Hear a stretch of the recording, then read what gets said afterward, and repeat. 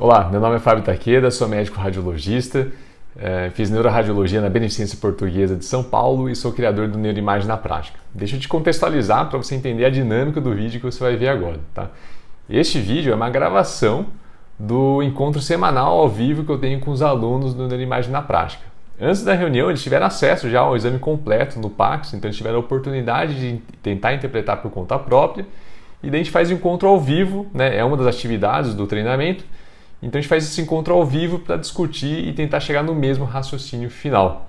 Espero que a discussão seja útil para você e se ficar qualquer dúvida pode deixar seu comentário aqui embaixo ou se preferir pode mandar um direct também para mim por Instagram, tá bom? Um grande abraço, espero que te ajude e bom vídeo.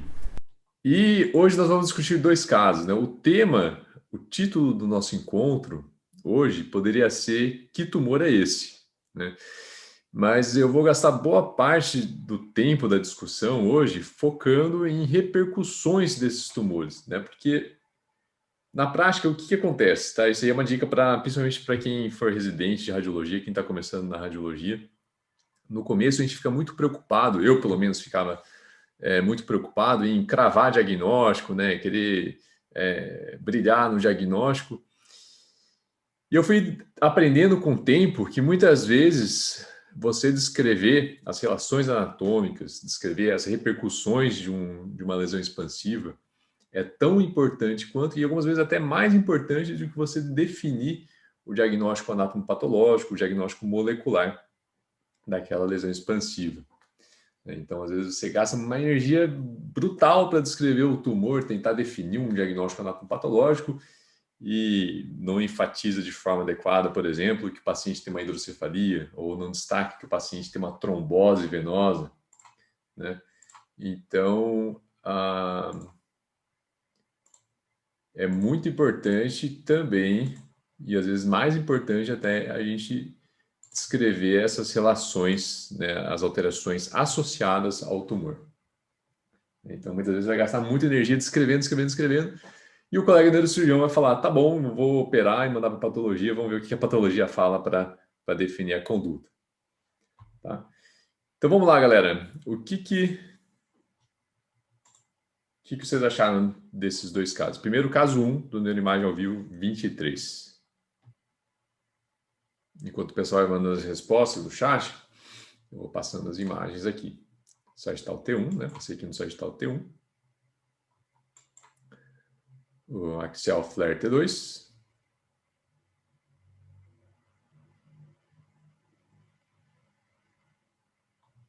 O axial T2.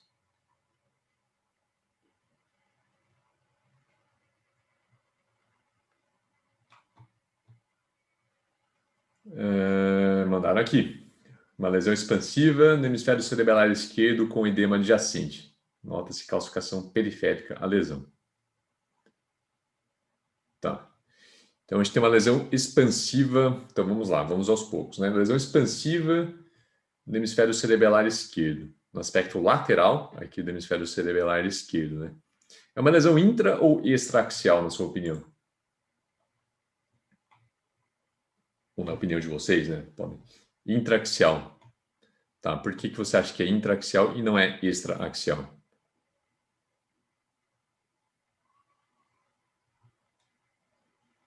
Intraaxial, né? Lesão no parênquima encefálico.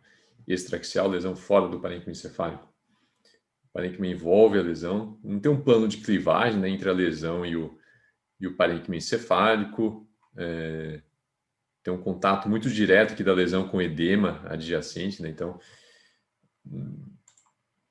se caso alguém tenha um pouco mais de dificuldade para localizar e identificar o que é lesão, o que não é lesão, a lesão está aqui, né, no T2, e a gente tem um edema adjacente, toda essa área adjacente que corresponde a um edema vasogênico associado a essa lesão.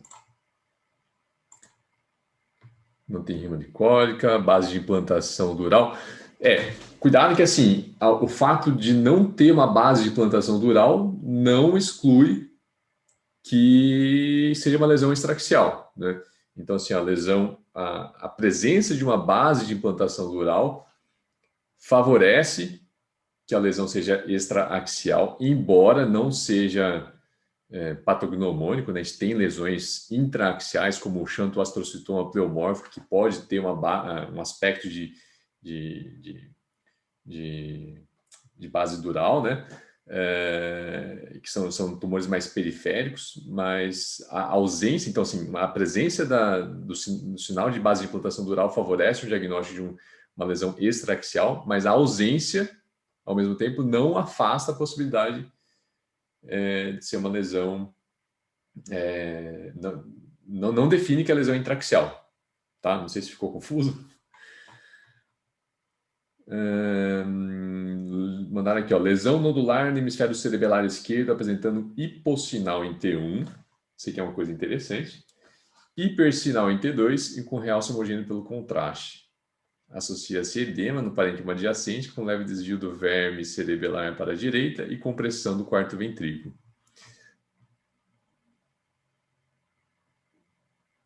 Tá, então por enquanto a gente tem uma lesão, né? Pelo menos parte dela intraaxial, aqui no aspecto lateral do hemisfério cerebelar esquerdo, com extenso edema vasogênico. E já mandaram aqui que esse edema vasogênico, né, esse efeito expansivo, está promovendo um colapso parcial aqui do quarto ventrículo, né? Então você vê que o quarto ventrículo está com dimensões reduzidas, principalmente o aspecto inferior do quarto ventrículo, né? Se a gente colocar a linha de referência aqui do axial, correlacionar com o plano sagital, a gente vai ver que principalmente a região mais inferior aqui, ó, do quarto ventrículo, ele está com redução de suas dimensões, de tal forma que a gente tem uma obliteração nas vias de drenagem, né, do quarto ventrículo. O quarto ventrículo está reduzido, mas principalmente a região mais inferior e vias de drenagem também estão reduzidas, né? O que essa obstrução nas vias de drenagem aqui do quarto ventrículo e colapso parcial do quarto ventrículo estão... que tipo de repercussão que isso aqui está tendo? Olha só aqui, mandaram, ó, chama atenção uma característica que é muito importante, que fala muito a favor do diagnóstico desse tipo de lesão. Tem flow voids na periferia da lesão, né? Os flow voids estão presentes tanto no sagital T1, a gente vê essas estruturas que parecem umas serpentes, umas minhoquinhas aqui, né, correndo junto à periferia da lesão, mas no T2 com certeza está mais fácil de identificar, né? A gente vê essas estruturas alongadas e tortuosas, principalmente nas margens, junto às margens aqui da lesão. Muito bem. O que a presença de flovoides na lesão favorece, já que você descreveu isso aí?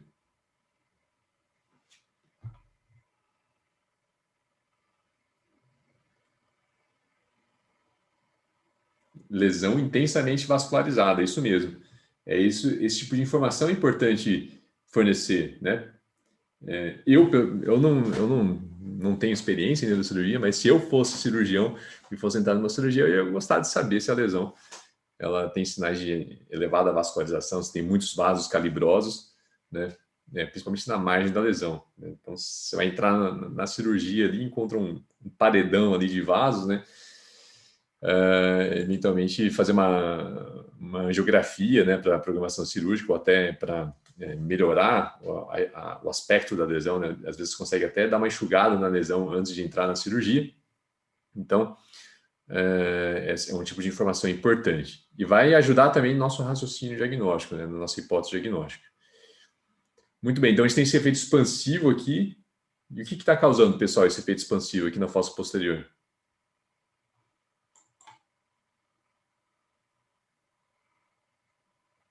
Tem um edema transependimário, né, um edema periventricular. Então tem o quê? Tem uma dilatação, tem uma hidrocefalia, né? Tem uma hidrocefalia supratentorial. Então o sistema ventricular infratentorial tem um colapso parcial, a gente tem uma dilatação ventricular supratentorial com esse hipersinal. Você vê que ele acompanha a superfície ventricular. A gente consegue observar aqui junto ao aspecto posterior, também nos cornos posteriores, cornos occipitais aqui dos ventrículos laterais, sugerindo edema, né, uma transudação licórica. E esse caso aqui é interessante para você ver que é mais um exemplo interessante para a gente tomar cuidado para não utilizar o índice de Evans como um critério absoluto, né, para definir pacientes com hidrocefalia. Que a gente tem pacientes que, se vocês fizerem o índice de Evans, ele vai estar com um valor normal. né? Então, a gente tem que sempre avaliar o conjunto, né? O sistema ventricular ele faz parte de um conjunto. Você tem o sistema ventricular, parênquima, sangue, espaço subaracnoide, né? Dentro do compartimento intracraniano. Então, a gente nunca tem que evitar de avaliar o sistema ventricular de forma isolada. Então, apesar de estar com um índice de Evans normal, aqui a gente tem um edema, né, periventricular, uma dilatação dos cônios temporais, aqui dos ventrículos laterais, tem um apagamento do espaço subaracnoide, das convexidades cerebrais. Esse apagamento aqui não é habitual, né, de a gente observar no paciente com 73 anos de idade. E também avaliar a relação com o restante do parênquima encefálico, né? A gente não tem uma atrofia encefálica que pudesse justificar uma leve ectasia. Então, a gente tem uma dilatação ventricular desproporcional, apesar do índice de Evans estar dentro dos limites, aquele valor clássico de corte, né, 0,3, e com esse edema periventricular. Perguntaram aqui, ó, o flow void aparece em todas as sequências? Tem uma sequência que é melhor para vê-lo? Eu sempre acho mais fácil observar o flow void no T2 convencional, não no flare T2, tá? Mas no T2 convencional. Tanto o flow void fisiológico, né, das artérias, das veias intracranianas, quanto dos flow voids de estruturas vasculares anômalas, eventualmente, né? Então, tá bom. Então, a gente até agora descreveu aqui várias características. Aqui no sagital T1 tem mais uma característica antes de a gente ir para o tumor propriamente dito. A gente tem uma redução aqui, ó, da distância mamilo-pontina, né? A distância entre o corpo mamilar e a ponte, e a base pontina. O valor normal é de 5,5, né? Então, uma distância acima de 5,5 é o normal, 5,5 milímetros. Aqui tem uma distância reduzida.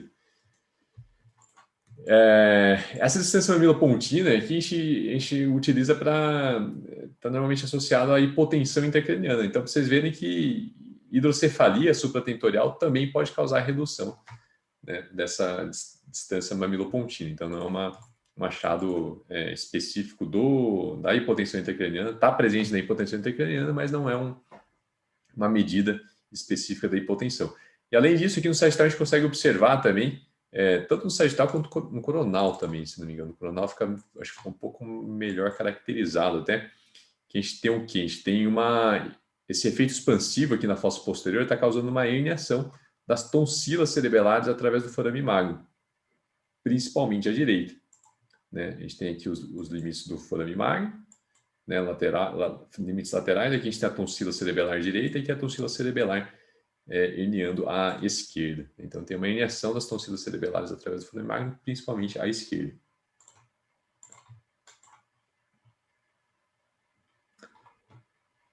Hidrocefalia aqui no caso, tá? A gente tem uma dilatação ventricular e tem edema periventricular, né? Então isso aqui favorece uma hidrocefalia. A ventriculomegalia é quando você tem um aumento só nas dimensões. Você pode ter uma ventriculomegalia compensatória, por exemplo. O paciente tem uma atrofia cerebral e tem uma dilatação ventricular. Na hidrocefalia, a gente tem um acúmulo de líquor com aumento da pressão no interior do sistema ventricular. E esse hipersinal periventricular, principalmente esse hipersinal com aspecto em faixa, acompanhando a superfície ventricular, isso aqui favorece um edema associado à hidrocefalia. Não é necessário que a gente tenha esse edema para ter um caso de hidrocefalia, mas a presença dele favorece esse diagnóstico.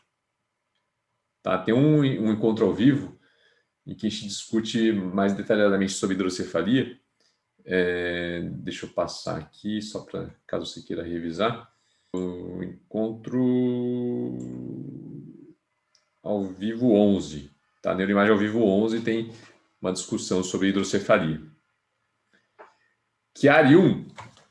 Mandaram aqui Chiari 1. Né? Afinal, o que define o Chiari 1, o que é? É a herniação da tonsila cerebelar abaixo da linha de McRae, acima de 5 milímetros, tem referência que usa 3 milímetros. No encontro anterior eu fiquei ali em dúvida, né? Eu fiquei, vai no 3, vai no 5. Então, assim, geralmente utiliza-se 5 milímetros, tá? Assim, todo o valor de corte, assim, enquanto você trabalha sensibilidade e especificidade, né? Então, os 5 milímetros geralmente é utilizado como referência, de tal forma que você não tenha uma especificidade muito baixa. Mas, então, a definição do Chiari tipo 1 não é simplesmente o deslocamento caudal das tonsilas cerebelares através do forame magro, tá? Você tem que afastar que não tenha alguma outra causa desse deslocamento caudal.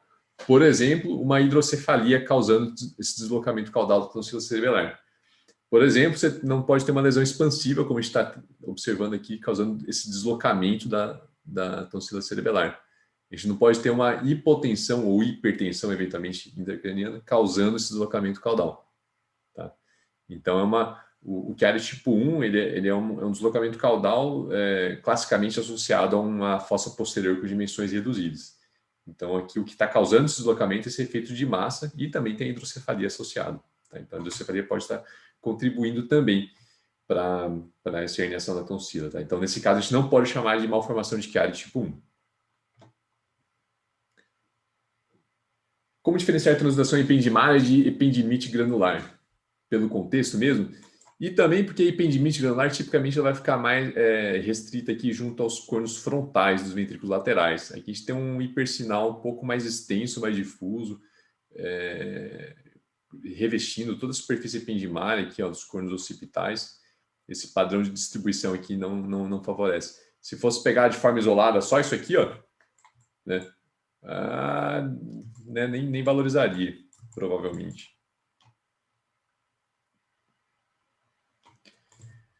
Muito bem. Então, acho que a gente já descreveu, tá, os extras, né, que eu comentei no começo, que às vezes é tão importante, ou mais importante até do que você ficar tentando cravar um diagnóstico anatomopatológico ou eventualmente molecular. Agora, vamos para a hipótese diagnóstica. Vamos para o anatomopatológico desse tumor. O que vocês acham que é? Hemangioblastoma, olha só, já mandaram cravando aqui hemangioblastoma. Você admitiria algum diagnóstico diferencial aqui nesse caso?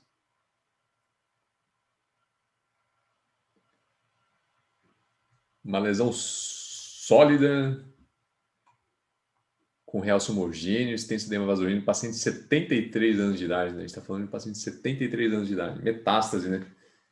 Acho que metástase é um diagnóstico diferencial importante aqui. O que você acha que... Quem acha que é hemangioblastoma, metástase com hipersinal em T2? Sim, nada impede que uma metástase cerebral não tenha hipersinal em T2. Né? A intensidade de sinal em T1, em T2, não foca em assim, é metástase ou não é, baseado na intensidade de sinal da lesão propriamente dita, tá? Em T1 e T2. A intensidade de sinal da metástase vai refletir a histologia, né, o anátomo patológico, via de regra do tumor primário, né? Então, dependendo da característica estrutural microscópica ali e macroscópica também, né, do tumor, isso aí vai refletir na intensidade de sinal. Tá? Então, não é porque a lesão tem hipersinal em T1 ou hipossinal em T2 e T1 que a gente vai definir esse nosso raciocínio, se é uma metástase ou não. Por exemplo, a gente pode ter um melanoma, né, melanocítico, com metástase cerebral apresentando hipersinal em T1. Né? Enquanto que a maioria das lesões vão ter hipossinal em T1. Né? Se tiver componente hemorrágico, também pode ter hipersinal em T1. Né? Então, não se baseie pela intensidade de sinal da lesão propriamente dita para guiar o seu raciocínio da etiologia daquela lesão, da lesão tumoral. Tá? Ependimoma, se fosse criança. Só que o ependimoma, via de regra, na fossa posterior, a gente pensa no ependimoma como uma lesão com centro no quarto ventrículo. Já no compartimento supratentorial, a gente incluiria, né, o diagnóstico diferencial de ependimoma nas lesões intraparenquimatosas. Astrostoma pilocítico. Astrostoma, né? Então entrou na disputa aqui o astrostoma. Imagino que seja astrostoma pilocítico aqui, né? Falando em fossa posterior em criança. Na verdade, assim, sólido cístico, ele pode ser sólido também, tá? Então isso aí também não é um critério. Se for em criança, lesão expansiva sólida, intraparenquimatosa, sem restrição de difusão da água, é a principal hipótese diagnóstica, astrossoma pilocístico, até que se prove o contrário. Tá? É esse conjunto de informações, tá? Pensar em astrossoma pilocístico. Lesão tumoral intraxial em criança, sem restrição de difusão da água. Né? Porque se tiver restrição de difusão da água, você tem que pensar em meduloblastoma. Hemangioblastoma, estou vendo aqui, né, o comentário, hemangioblastoma seria talvez mais em adulto jovem. Realmente, né, a incidência do hemangioblastoma, ele ocorre principalmente de 30 até 60 anos de idade. Aqui está fugindo, né, da paciente idoso, né, a gente já tende a pensar mais numa metástase cerebral. Mas tem uma característica radiológica aqui que me dá uma certa segurança para colocar ainda hemangioblastoma como principal hipótese diagnóstica mesmo. Ah, matou aqui, ó. Facilitação à difusão da água. O que é facilitação à difusão da água? Né? Então, metástase. Quando eu penso em metástase cerebral, em virtualmente todos os casos, estou pensando num tumor maligno. Né? E quando eu estou pensando num tumor maligno, uma característica histológica é o quê? Alto índice mitótico, muita mitose. Se tem muita mitose, a regra, né? A regra, tem exceções, mas a regra é você ter uma alta celularidade. Se você tem uma alta celularidade, você tem pouco espaço entre as células tumorais para você ter uma difusão da água. Então, a metástase cerebral, ela tende a apresentar restrição à difusão da água, enquanto que o hemangioblastoma, ele tem essa característica aqui, ó. Né? Além de ele não ter sinais de restrição de difusão da água, ele fica mais escuro até do que o parênquima encefálico. Então, ele fica com esse aspecto aqui que ele pode descrever como aspecto de facilitação da difusão. Tá? Então, seria o oposto da restrição de difusão da água. Na restrição, a gente teria hipersinal, na imagem B1000, e teria hipossinal no mapa de ADC, enquanto que aqui a gente tem hipossinal na difusão e hipersinal no mapa de ADC. Tomar cuidado para não olhar na área cística, né? A gente tem que olhar esse aspecto de facilitação de difusão da água na área sólida do tumor. E aqui, como o tumor ele é praticamente quase todo sólido, né? Ele tem alguns pequenos componentezinhos mais periféricos aqui, císticos. Então, esse aspecto de facilitação está nas porções sólidas do tumor. Tá? Mandaram aqui sinal do duplo halo. Aqui, no caso, a gente não dá para descrever um duplo halo, porque o contorno está bem irregular, sabe? Está bem descontínuo nessas áreas de hipossinal. Isso aqui corresponde mais provavelmente a áreas de depósito de hemosiderina, por algum componente hemorrágico aqui da lesão associada à vascularização, né? Lembrando que o SWI, ele inicialmente foi desenvolvido com uma técnica de angiorressonância sem contraste, então estruturas vasculares acabam ficando mais proeminentes também no SWI. Tá? Então você vê que é um contorno mais irregular, descontínuo, né? Diferente do que a gente observa naquele halo linear, regular e contínuo das lesões inflamatórias. Tá certo? Achei que fosse calcificação com hipossinal no SWI. Achei que fosse calcificação com hipossinal SWI. Então, o hipossinal em SWI pode representar vasos sanguíneos, né? Então, o flow void é uma possibilidade. Pode ser calcificação, mas pode ser hemosiderina também. Diante desse contexto de uma lesão altamente vascularizada, é mais provável que sejam componentes de depósito de hemosiderina nas margens da lesão. Tá? Então, aqui nós estamos diante de um hemangioblastoma. Uma outra característica que é bem típica do hemangioblastoma é a presença desses múltiplos flow voids aqui que foram descritos. Esse aspecto foi descrito no começo da reunião. Tá? Então, a presença de flow voids é uma característica bem marcante, bem presente, né, no hemangioblastoma. Porém, algumas metástases cerebrais também que são altamente vascularizadas também podem ter flow voids e simular. É mais comum no hemangioblastoma, porém algumas metástases cerebrais podem apresentar esse aspecto radiológico também.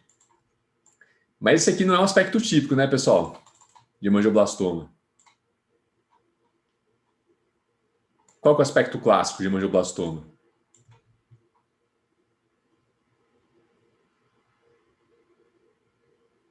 um aspecto cístico, né? Cístico com nódulo. Então, normalmente a gente tem um cisto, uma imagem cística, né? Então tem o hipercinal 92. Normalmente as paredes desse componente cístico são considerados extratumorais, né? Então não é um cisto com realce em suas paredes.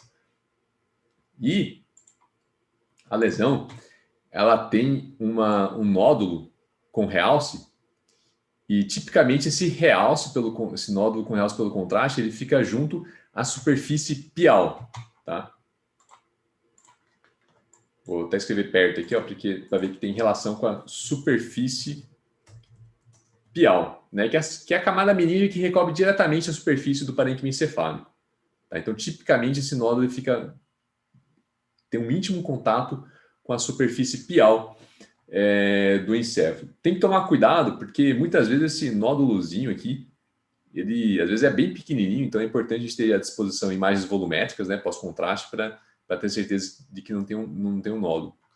Nas referências mais antigas, a gente tem a descrição de um aspecto do hemangioblastoma, que é o hemangioblastoma puramente cístico, né? Mas hoje em dia, já bem contestado isso aí, acredita-se que esses hemangioblastomas puramente císticos, na verdade, eram hemangioblastomas que não fizeram o exame, não de forma adequada, mas não fizeram com todos os recursos que a gente tem disponível na maioria dos aparelhos hoje, né, que são sequências volumétricas pós-contraste. Então, provavelmente não foi identificado, né, que não tinha área de realce, um nódulo com realce, né, mas provavelmente não tinha resolução anatômica suficiente para identificar esses pequenos nódulos. Então, tem que procurar muitas vezes atentamente sequências volumétricas, porque às vezes o nódulo é bem sem vergonha, assim, é bem um pontinho de realce pelo contraste, tá?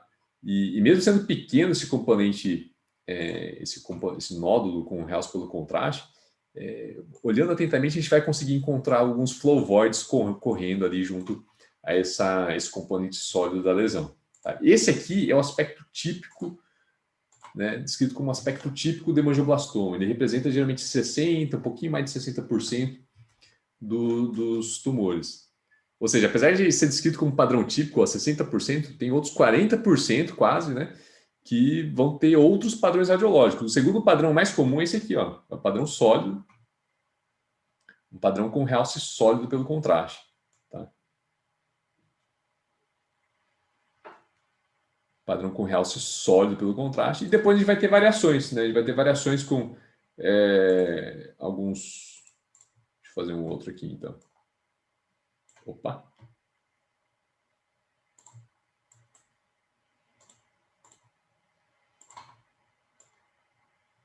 A gente vai ter algumas variações, alguns padrões mistos, às vezes com algumas áreas císticas no interior da lesão, às vezes algumas áreas císticas fora da lesão, né?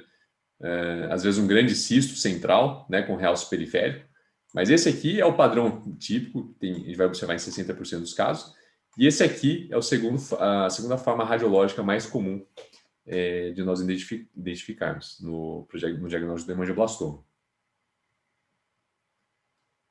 Tá certo? Todo mundo entendeu? A facilitação de fusão da água. Então, essa característica aqui é uma característica importante que vai nos ajudar a diferenciar da metástase cerebral, né? Então,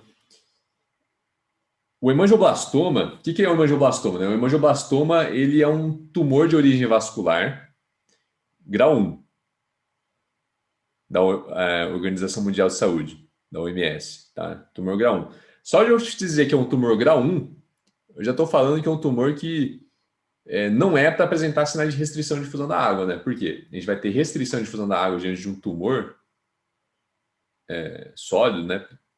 Pelo menos, devido pensando numa alta celularidade. Se a gente pensa numa alta celularidade, via de regra, está pensando em alto índice mitótico, que é uma característica histológica atribuída aos tumores malignos. Né? Então, só de eu te dizer que é um tumor grau 1, já não é para a gente ter restrição de difusão da água.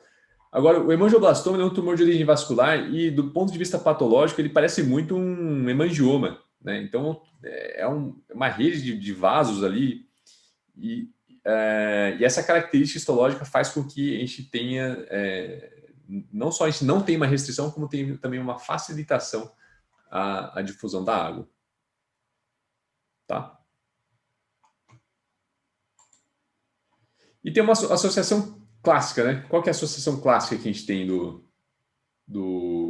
von Hippel-Lindau? Do von Hippel-Lindau. Pô, já entreguei a resposta. Então, quando a gente pensa em hemangioblastoma, a gente pensa, né, em von Hippel-Lindau. Né? Von Hippel, em alemão é von Hippel, né? Pronuncia V com som F, né? Então, von Hippel é um oftalmologista alemão. Lindau foi um patologista sueco. Eu dei uma olhada rápida na história. Eu acho que é sueco. Então, esses dois pesquisadores descreveram, né, essa síndrome, né, que é uma doença autossômica dominante. Então, é uma doença... Então, deixa eu escrever aqui e dar exemplo, né? Doença autossômica dominante. Né? Então, a questão da hereditariedade vai ser muito importante no von Hippel-Lindau. Tá? Então, é muito comum a gente ter pacientes com diagnóstico, né, dessa doença e vários parentes acabam fazendo o controle, né, de imagem no nosso serviço. E essa doença, então, ela é uma doença que está associada à formação de múltiplas neoplasias em múltiplos órgãos do nosso organismo, entre eles, né, o sistema nervoso central. E ele está associado também a uma mutação em um gene supressor tumoral que recebe o nome de VHL. Tá? Então fica fácil de lembrar do gene supressor tumoral que está mutado nessa doença, né, que é o VHL. Tá? Então esse gene aqui. E apesar de ter essa associação clássica, então tem algumas nuances que é preciso que a gente tome cuidado, né? Senão chega na prática a gente pode fazer um pouco de confusão. Então, assim, quando a gente está falando de grupos de pacientes com von Hippel-Lindau e pacientes com hemangioblastoma, a gente está falando de dois grupos que têm uma intersecção, tá? Então, alguns pacientes com essa síndrome apresentam hemangioblastoma, mas tem muitos pacientes com hemangioblastoma que vão ter a forma descrita como esporádica do hemangioblastoma. Tá? Então, quando você faz o diagnóstico do hemangioblastoma, você não necessariamente tem um diagnóstico de von Hippel-Lindau. Tá? Inclusive, tem um estudo que eu coloquei, eu vou colocar na área de membros, não coloquei ainda, mas vou colocar na área de membros junto com o vídeo de correção, que fala exatamente isso, né? Será que vale a pena a gente fazer um rastreio sistêmico, né, de outras lesões, de outros tumores no paciente que tem um diagnóstico de hemangioblastoma e não tem um histórico, não tem um diagnóstico definido de von Hippel-Lindau? Né? E viram daí, esse estudo é bem interessante porque eles avaliaram, acho que mais de 100 pacientes, não tenho certeza absoluta da casuística deles, mas todos os pacientes que tinham hemangioblastoma isolado cerebelar, nenhum desses pacientes apresentaram alguma lesão adicional que favorecesse o diagnóstico de von Hippel-Lindau. Tá? Então, não parece ser uma conduta adequada você automaticamente fazer um rastreio, né, por lesões de outras, no restante do neuroeixo e no abdômen, diante do diagnóstico de um hemangioblastoma, né? A não ser que você tenha a definição da mutação, né, da alteração genética, aí sim vale a pena fazer um rastreio para monitoramento desses pacientes. Certo? Alguma dúvida? Sim, eu fiquei falando, né, das relações anatômicas. Então, uma característica interessante de descrever aqui também seria a relação anatômica, né, dessa lesão expansiva aqui no aspecto lateral. Daria para descrever que que é uma lesão periférica, né, junto ao aspecto lateral do hemisfério cerebelar esquerdo, apresentando íntimo contato com o seio sigmoide, né? Lembrando aqui, o seio sigmoide ele começa onde termina a tenda cerebelar, né? Então a gente faz aqui acompanha. Opa! A gente acompanha aqui a tenda cerebelar desde o aspecto mais superior. Quando a gente tem mais volumétria, vai correndo os cortes, fica mais fácil, né? Identificar onde está o cerebelo, onde está o compartimento supratentorial. Então a tenda cerebelar está vindo por aqui, ó, e onde ela termina, a gente começa com o seio sigmoide. Então a gente tem um íntimo contato aqui com o seio sigmoide. É uma informação que pode ser interessante para o colega que vai fazer a abordagem cirúrgica, né? No aspecto mais anterior e inferior aqui do seio sigmoide. Tá certo? Então, fechou com o hemangioblastoma porque é uma lesão com presença de múltiplos flovoides, mas isso aí não diferencia, né? Metástase pode ter uma metástase com rica vascularização, com rica vascularização, portanto, flovoides.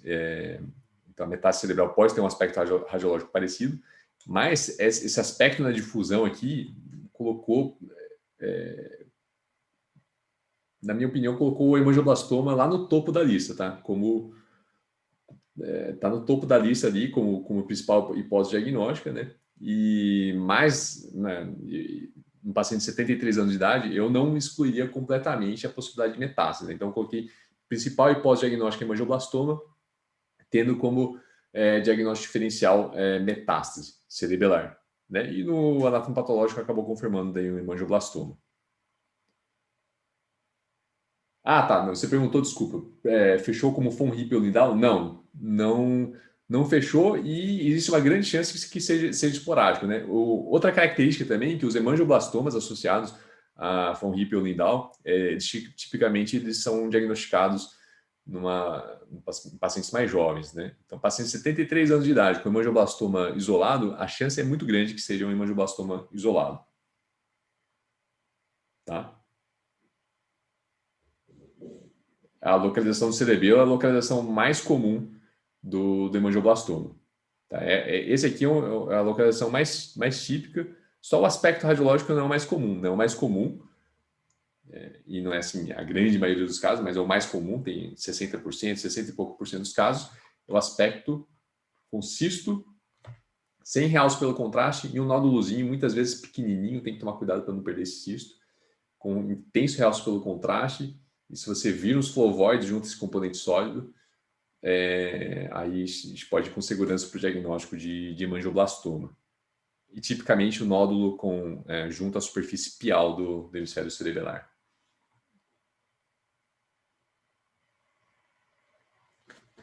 Teria outro acometimento para fazer pensar em von Hippel-Lindau, fora hemangioblastoma e a idade? Tá, então só para deixar claro, aqui não tem um diagnóstico de von Hippel-Lindau, tá? A não ser que ele tivesse algum histórico familiar e a definição da mutação. Né? Mas o paciente com von Hippel-Lindau pode ter cistos renais, feocromocitoma, cistos hepáticos. Então, tipicamente o paciente que tem um diagnóstico de von Hippel-Lindau é interessante fazer pelo menos uma tomografia, né, de abdômen. E também uma avaliação do restante do neuroeixo, porque a gente pode identificar outros hemangioblastomas junto à medula, né? Não necessariamente na medula, mas às vezes fora da medula, mas ao longo ali do restante do neuroeixo. Certo? Vamos lá, então. Vamos para o neuroimagem ao vivo, ainda 23, né? Caso 2. Caso 2. Então, a gente tem uma lesão expansiva feia aqui, né? Grande, com bastante efeito expansivo. A gente tem um diagnóstico anatomopatológico, né? Como vocês podem observar aqui, o paciente já teve manipulação cirúrgica, tem uma craniotomia, né? Craniotomia, tirou o coco ali, tirou um pedaço da calota craniana e colocou de volta, né? Craniectomia, tirou, ficou um buraco. Então tem uma craniotomia, tem a confirmação anatomopatológica, mas eu coloquei esse exame aqui para a gente analisar mais detalhadamente. Então, antes de ir para o diagnóstico anatomopatológico ou até mesmo molecular dessa lesão, vamos tentar descrever primeiro a anatomia. tá? Tá, antes do diagnóstico anatomopatológico, tá? Uma possibilidade de um GBM aqui, mas vamos primeiro para a caracterização. Primeiro eu quero que você me defina a localização dessa lesão. Onde que está localizada a lesão?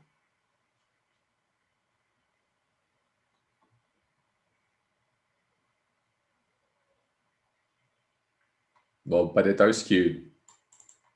Certo. Só o lobo parietal está preservando o giro pré-central? Isso é uma característica importante, né, para o planejamento cirúrgico.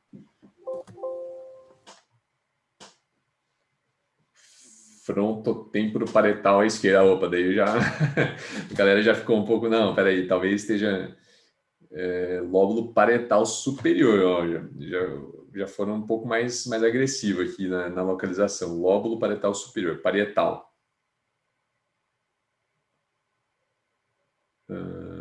Já mandaram algumas características de intensidade de sinal aqui, né, para justificar talvez um diagnóstico anatomopatológico. Então, assim, primeiro, a lesão ela está praticamente toda no lobo parietal mesmo, né? Então, olha só como é importante quando a gente volta, né, para aqueles conceitos básicos, localização do sulco central. Olha só, aquelas regrinhas clássicas, né, que a gente tem aqui, ó. Nessa imagem aqui, ó, a gente tem várias regras para identificar o sulco central, né, e, consequentemente, os giros pré e pós-central. Então, primeiro, aqui no lado direito fica fácil identificar a localização do sulco central, né, para a frente o giro pré-central, imediatamente posterior a ele o giro pós-central. Então a direita fica mais fácil porque a gente não tem deformidade do parênquima, né, efeito expansivo. Aqui à esquerda a gente consegue localizar o sulco central mesmo estando ele deslocado anteriormente. Tá? Então aqui a gente tem o sulco central, por quê? Porque a gente tem as outras regras que podem nos ajudar a definir com segurança que esse aqui é o sulco central. Né? Eu tenho o sulco frontal superior, por exemplo, terminando no sulco pré-central. Né? Se eu tenho o sulco pré-central, eu sei que o próximo é o sulco central. Aqui, posteriormente, eu tenho o sinal do bigode, né? Que é a porção marginal, pares marginais do sulco do cíngulo, que fica um pouquinho posterior em relação à projeção aqui do sulco central. Então, eu consigo definir com segurança aqui que eu tenho uma lesão expansiva que não está avançando, não está indo além aqui, né, do sulco central.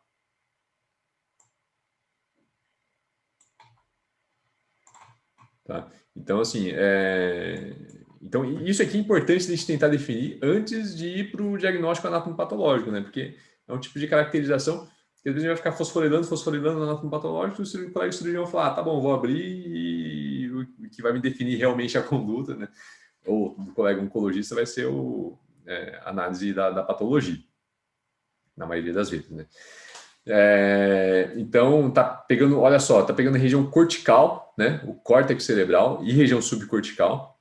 Então, esse tipo de tumor tipicamente tem envolvimento cortical, por isso ele é altamente epileptogênico. E foi o que abriu o quadro clínico desse paciente, né? Ele começou a investigação devido à epilepsia. Então, tá pegando a região cortical do lobo parietal, região subcortical, e está indo até mais inferiormente, praticamente todo o lobo parietal. O sulco lateral está deslocado inferiormente.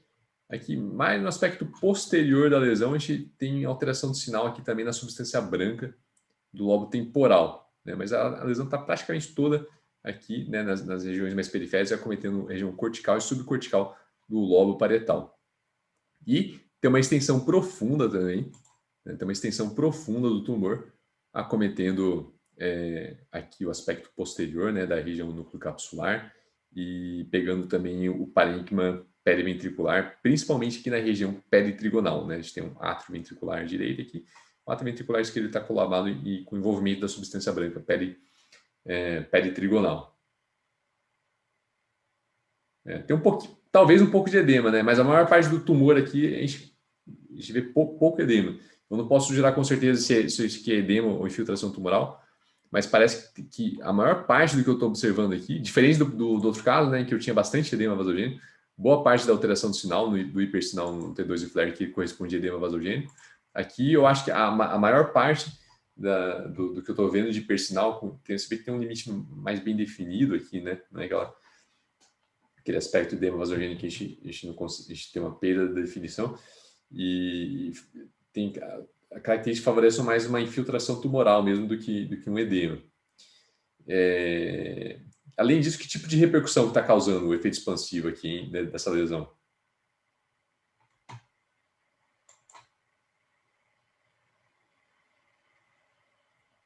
Desvio da linha média, né? Lembrando que uma forma da gente tornar sempre mais fácil de fazer a comparação, né, no controle evolutivo, a gente tentar medir no nível dos forames interventriculares. Então, a gente traça aqui a linha passando na linha média e pode fazer a medida do desvio da linha média, tem um desvio significativo aqui, de 9,2 milímetros. E além do desvio da linha média, tem um colapso, né, parcial. Aqui tem uma compressão, uma redução volumétrica do ventrículo lateral esquerdo. E o que mais?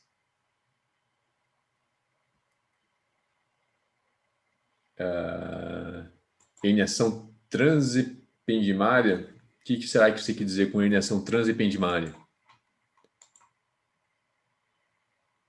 Ou transtentorial? Será que é transtentorial? Transtentorial, né? Então tá através da tenda cerebelar aqui, né? Do tentório.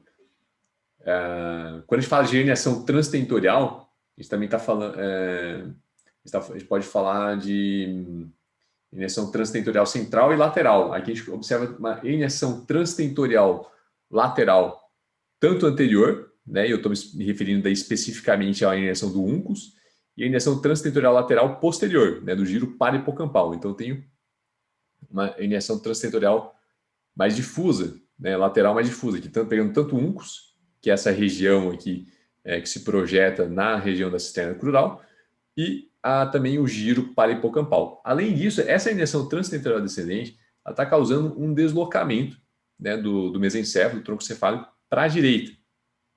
E tem um aspecto radiológico aqui, o paciente não tem esse tipo de manifestação clínica, tá? Mas esse aspecto radiológico poderia justificar que tipo de fenômeno, que tipo de manifestação clínica. Alguém já sacou aí que... Opa, já mandaram aqui, ó, Kernohan, né? Fenômeno de Kernohan. Ou também chamado de sinal de falsa localização, né? Por que é sinal de falsa localização? Porque quando a gente tem uma lesão expansiva, poderia ser um hematoma também extraxial, né? Por causa do desvio da linha média à esquerda, a gente tende a pensar que o paciente vai ter um quadro neurológico, quadro motor contralateral, né? No lado direito do paciente. Tem um comprometimento do trato córtico-espinal aqui à esquerda, então o paciente vai ter manifestação à direita. Só que quando tem um deslocamento significativo do tronco cefálico, ó, o pedúnculo cerebral do outro lado, né, que é por onde passa o trato córtico-espinal, ele acaba sendo comprimido aqui na margem da tenda cerebelar. A gente consegue observar aqui também no plano coronal, né? Ó a tenda cerebelar, olha só o mesencéfalo aqui sofrendo uma compressão, né, uma deformidade aqui, né, pela margem da tenda cerebelar. Então, isso aqui acaba comprimindo o trato córtico-espinal do lado oposto da lesão e, consequentemente, tendo um quadro clínico ipsilateral à lesão. Tá? Esse paciente aqui, no caso, não tinha, mas ele poderia ter. Eu acho que é um tipo de informação que é importante descrever, né, justamente para o colega conseguir fazer uma correlação clínico-radiológica adequada. Né? Então, tem um deslocamento contralateral do mesencéfalo com compressão sobre o pedúnculo cerebral. Vou colocar aqui para quem não conhece. Então, fenômeno de Kernohan. Beleza? Todo mundo entendeu esse raciocínio? Tá? Eu acho que é uma correlação, um tipo de manifestação clássica que é importante todo mundo estar familiarizado. Muito bem. Então, são essas características. Tem a injeção subfalcina contralateral, injeção transtentorial descendente anterior e lateral e posterior, a gente poderia descrever como injeção bucal e parahipocampal à esquerda, comprimindo o mesencéfalo, deslocando o mesmo para a direita, com consequente compressão da margem da tenda cerebelar sobre o pedúnculo cerebral direito. Pedúnculo cerebral direito, que é por onde passa o trato córtico-espinal. Muito bem. E o anátomo patológico. Agora vamos lá. Já recebi um anátomo patológico, uma hipótese diagnóstica de GBM, né? De glioblastoma. Quem dá mais?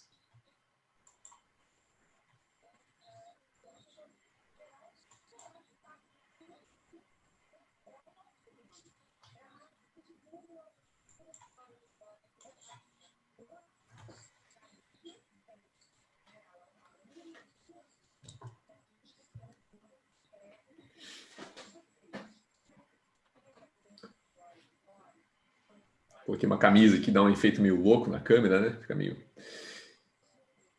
Oligodendroglioma, olha só, mano, excelente pós-diagnóstico de oligodendroglioma. Por que você considera essa possibilidade de um oligodendroglioma?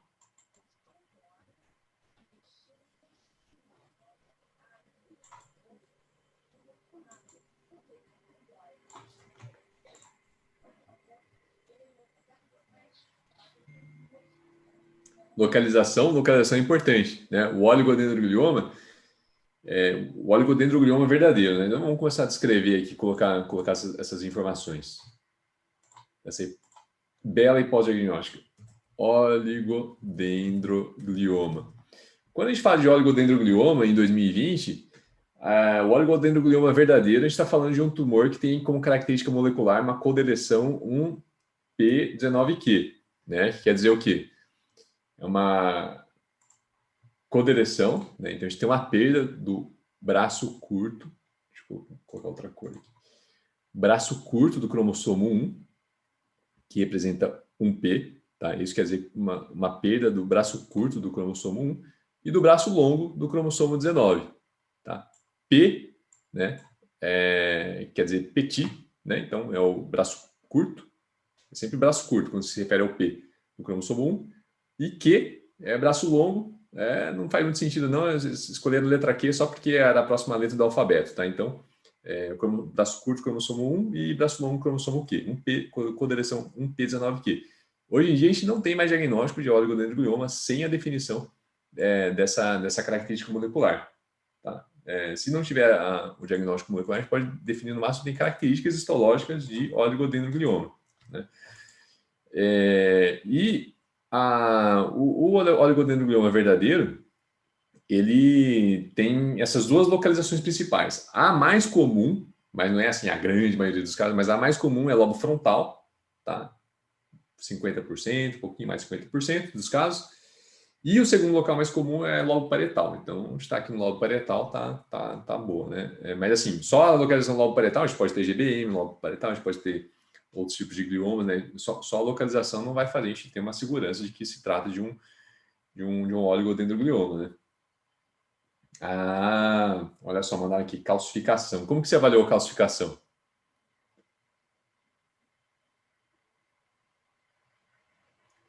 Só deixa eu responder aqui, ó, mandaram uma pergunta, só para não esquecer. Fenômeno de Kernohan, então, é a manifestação clínica do lado da lesão. Do lado da lesão, exatamente. Né? Então, paciente com uma lesão no lado esquerdo, a gente esperaria uma manifestação, uma paresia, uma plegia contralateral, enquanto que quando a gente tem a fenômeno de Kernohan, a gente tem uma manifestação clínica ipsilateral à lesão. Né? Por isso que é chamado de falsa localização. A gente pensaria numa lesão, né, no lado direito, na verdade a lesão está no lado esquerdo. Hipossinal em SWI. Aqui a gente não tem um SWI, mas já que você falou de SWI, é bem interessante. Aqui a gente tem um T2 gradiente eco, né? Esse aqui foi feito no aparelho mais antigo, o aparelho de 1 Tesla. E aqui a gente tem hipossinal. Né? Então, sempre que a gente tem hipossinal, a gente tem que pensar em algumas causas principais, né? Como calcificação, depósito de hemociderina. Se fosse no SWI, idealmente, seria interessante a gente ter uma coisa chamada de imagem de fase. Né? Quando a gente tem à disposição a imagem de fase, que não é o caso aqui, quando a intensidade quando na imagem de fase a gente tem um hipossinal, né, dependendo da configuração, né, quando você deixa uma configuração padrão, e o hipossinal do SWI continua com hipossinal na imagem de fase, a gente está diante de depósito de hemociderina. Tá? E quando tem hipersinal na imagem de fase, quando fica com o sinal invertido em relação ao SWI, né, a gente está diante de uma calcificação. Ou então, a gente pode contar com uma tomografia, que é uma imagem que eu não disponibilizei para vocês, justamente para forçar o raciocínio, que é essa imagem aqui, né? Então, aqui, então a gente tem essas duas possibilidades, ou um SWI com imagem de fase, ou uma tomografia para diferenciar entre calcificação e depósito de hemosiderina, que são as duas principais causas, existem outras, mas as duas principais causas de hipossinal em SWI e T2 gradiente eco. Sendo que a tomografia, para calcificação, ela é muito mais sensível, como vocês podem ver aqui. Então, a gente tem múltiplas calcificações de permeio aqui no interior dessa lesão. Né? Então, tem múltiplas calcificações, isso aí é uma característica importante para esse nosso diagnóstico.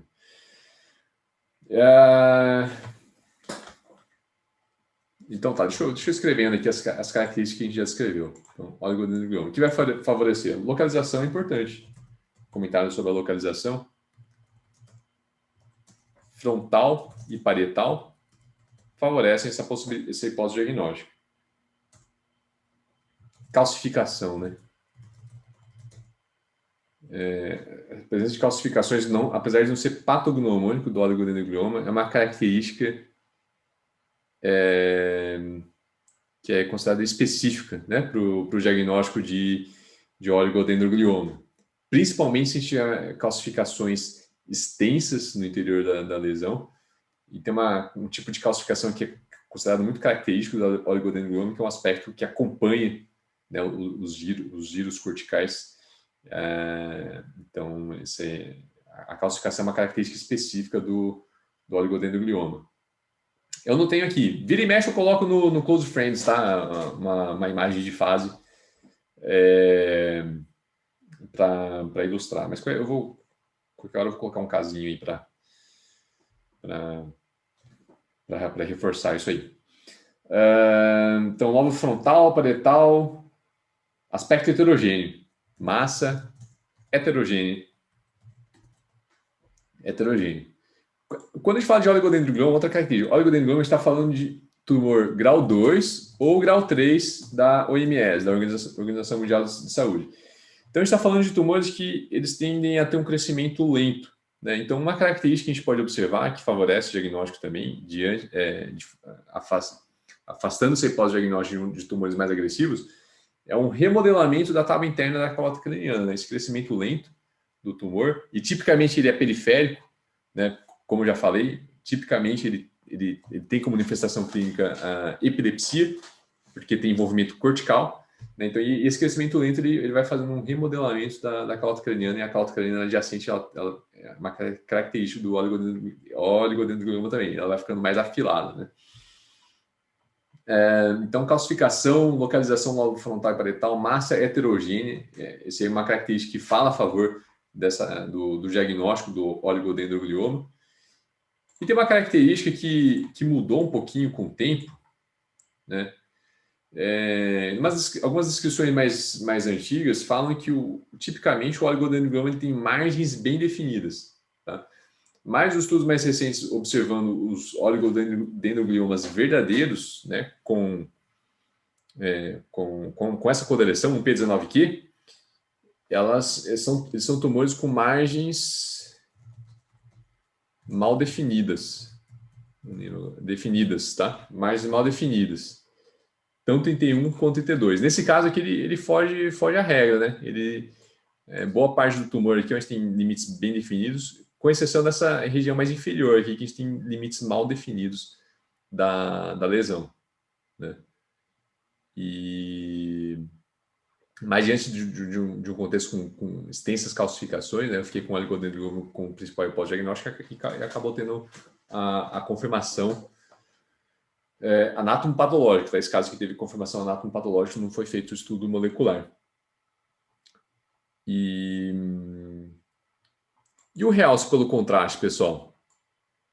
Aqui a gente tem uma imagem volumétrica, tem um pré-contraste, e aqui um volumétrico tem um pós-contraste. Né? Isso aqui é importante a gente salientar, tem que tomar cuidado para não comparar T1 convencional com imagem volumétrica pós-contraste, tá? Porque a intensidade de sinal pode ter pequenas variações. Então, para você ter segurança de que tem realce pelo contraste, é bom sempre comparar T1 convencional com T1 convencional ou volumétrico com volumétrico. Mas vamos lá.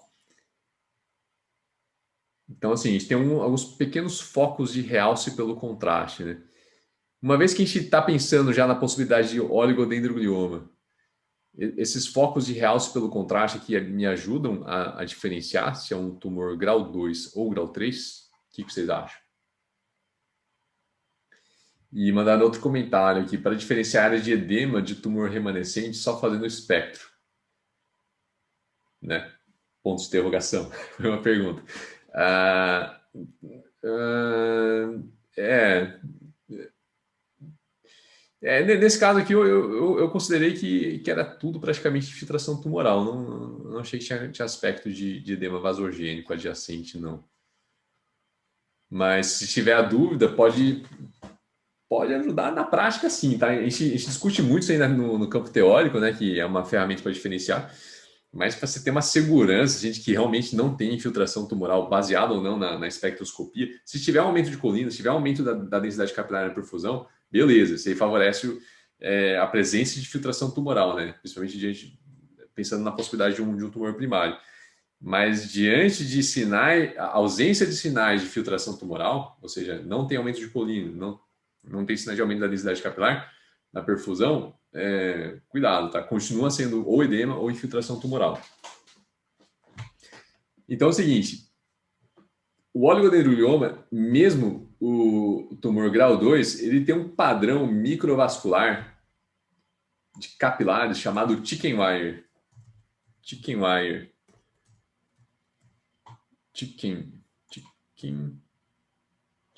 Acho que chicken. Como que escreve galinha em inglês, hein, pessoal?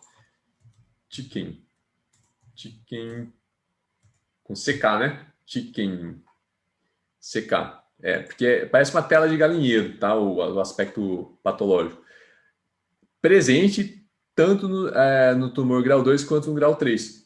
E esse padrão microvascular vai fazer com que o oligodendroglioma ele possa ter áreas de impregnação pelo contraste, até áreas mais exuberantes de realce, de impregnação pelo contraste, mesmo sendo um tumor grau 2.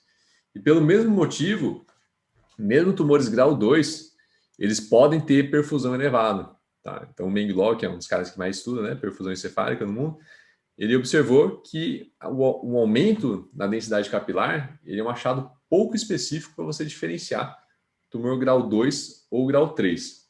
Agora, no acompanhamento, no controle evolutivo dos oligodendrogliomas, aí sim essas duas características podem ajudar. Né? Se no controle evolutivo a gente tem esse padrão aqui, daí vamos supor que no controle evolutivo começa a aparecer um monte de realce, um monte de áreas de realce pelo contraste, começa a disparar o CBV, né, do oligodendroglioma. Isso aí favorece daí uma desdiferenciação tumoral do oligodendroglioma. O Vitor respondeu ali enquanto estava explicando, né? Acho que não, pela configuração da vascularização. Exatamente isso aí. Por causa dessa vascularização aqui capilar, que parece uma tela de galinheiro, presente, mesmo se for um grau 2, tá? Não é necessário que seja um tumor grau 3. Então é isso. Em relação a outra hipótese diagnóstica, né? Falando sobre a possibilidade de glioblastoma, né? Para eu pensar na possibilidade de um glioblastoma, eu esperaria observar mais impregnação pelo contraste, embora não seja necessário, não é imperativo que você tenha extensas áreas de realce pelo contraste para ter o diagnóstico patológico ou molecular, né, de um glioblastoma. Mas o que é típico de a gente observar no exame de imagem são realces, áreas de realce, delimitando áreas de necrose. Né? A necrose é um marcador radiológico e patológico do diagnóstico de GBM. Então, são áreas de realce heterogêneo com necrose e com restrição de difusão da água nas áreas sólidas, né, que vão fazer pensar no GBM. Aqui a gente tem um pouco de restrição de difusão da água na periferia, mas tudo isso aqui é componente sólido da lesão, com pouco realce pelo contraste, só com os focos de realce pelo contraste. Mas tudo isso aqui é componente sólido do tumor, de aspecto heterogêneo, né? Tanto em T1 quanto T2, com extensas áreas de calcificação caracterizadas por hipossinal no T2 gradiente eco. Né? E então, diante de todas essas características, a principal hipótese diagnóstica é que tem que ser oligodendroglioma, principalmente se você tiver ou imagem de fase confirmando que isso aqui são áreas de calcificação, ou se você tiver esse aspecto disponível na tomografia de crânio, sem contraste, né? De extensas calcificações. Aí, a principal hipótese diagnóstica, com certeza, tem que ser oligodendroglioma. Como que eu descrevo a lesão expansiva, intersticial? Então, como que eu descreveria essa lesão? Lesão expansiva barra infiltrativa, né? Ela tem causa de expansão e é um tumor infiltrativo. Acometendo desde a região cortical, subcortical, do lobo, principalmente do lobo parietal esquerdo, de grande extensão do lobo parietal esquerdo, com extensão profunda para a região periventricular, principalmente na região peritrigonal, e também com algum grau de extensão para a substância branca do lobo temporal. E o efeito expansivo causando todas aquelas alterações que a gente já discutiu. Né? Daí, dá para descrever sobre as características da lesão, que tem alguns focos de impregnação pelo contraste, aspecto heterogêneo em T2, com extensas áreas de hipossinal em T2 gradiente eco, que podem corresponder a calcificações. Se tiver tomografia prévia, dá para descrever com extensas áreas de calcificação direto já, né? Ou então ficar com esses dois, calcificação ou depósito de hemociderina. Considerar como principal hipótese diagnóstica oligodendroglioma. E daí descrever detalhadamente a anatomia, né? Falar que está deslocando anteriormente o sulco lateral, sulco central, né? Deslocando inferiormente o sulco central, o sulco lateral, desculpa. Então, deslocando anteriormente o sulco central, deslocando inferiormente o sulco lateral. Tal, efeito compressivo, injeção subfalcina, não sei o que lá, desvio aqui do mesencéfalo, compressão do pedúnculo cerebral sobre a margem da tenda cerebelar. E é isso. Como descrever esse padrão de House Chicken Wire? Eu não descrevo o padrão de House Chicken Wire, tá? Eu descrevo só que tem alguns focos de impregnação pelo contraste, mas é importante a gente ter esse conhecimento para não julgar que uma vez que a gente está pensando na possibilidade de oligodendroglioma, né? Principalmente essa calcificação, a localização córtico-subcortical, remodelamento da calota craniana. Tô pensando em oligodendroglioma. Então, tô vendo uns foquinhos de realce pelo contraste. Será que é um tumor mais agressivo? Então, não é tumor mais agressivo. Né? Daí eu puxo essa informação. Não necessariamente representa o tumor grau 3, porque eu tenho o oligodendroglioma, tem esse padrão vascular com padrão chicken wire. Se tiver um estudo perfusional, tiver alguns foquinhos de aumento da perfusão do CBV também. Eu tenho que ter esse tipo de raciocínio para não afirmar que isso sugere um tumor de alto grau devido à perfusão quente. Né? A perfusão quente pode estar presente, assim como realce pelo contraste, mesmo sendo um grau 2, devido ao chicken wire. Então, esse raciocínio tem que ter, mas eu não fico descrevendo isso aí no laudo radiológico. No máximo, eu posso escrever que se tivesse um realce mais chamativo, tem extensas áreas de realce pelo contraste, que vamos supor que eu estivesse na dúvida, né? Oligodendroglioma ou um astrocitoma de alto grau. Tem áreas de realce pelo contraste que podem indicar um componente tumoral de alto grau, ou então uma perfusão quente, né? Pode indicar um componente tumoral de alto grau, desde que afastada a possibilidade de oligodendroglioma. Alguma coisa assim. Sangramento só viria pelo SWI? Não. Sangramento pode vir em todas as sequências. Se tiver componente subagudo, você pode ter um hipersinal espontâneo T1. Até foi interessante você chamar a atenção para isso aí, porque olha só, algumas áreas de calcificação, a calcificação, tá? A calcificação ela pode ter hipossinal ou hipersinal em T1, espontâneo, tá? Então, a calcificação, dependendo do estado de hidratação da calcificação, a gente pode ter hipersinal no T1, já no pré-contraste. Por isso que é importante sempre correlacionar o pré-contraste com o pós-contraste, porque se você olha direto pós-contraste via áreas de hipersinal, você pode julgar que são áreas de realce, né? E às vezes são áreas de calcificação com um hipersinal espontâneo. Assim como o sangramento também. O sangramento ele pode ter hipersinal espontâneo se você tiver metahemoglobina, né? Seja intra ou extracelular.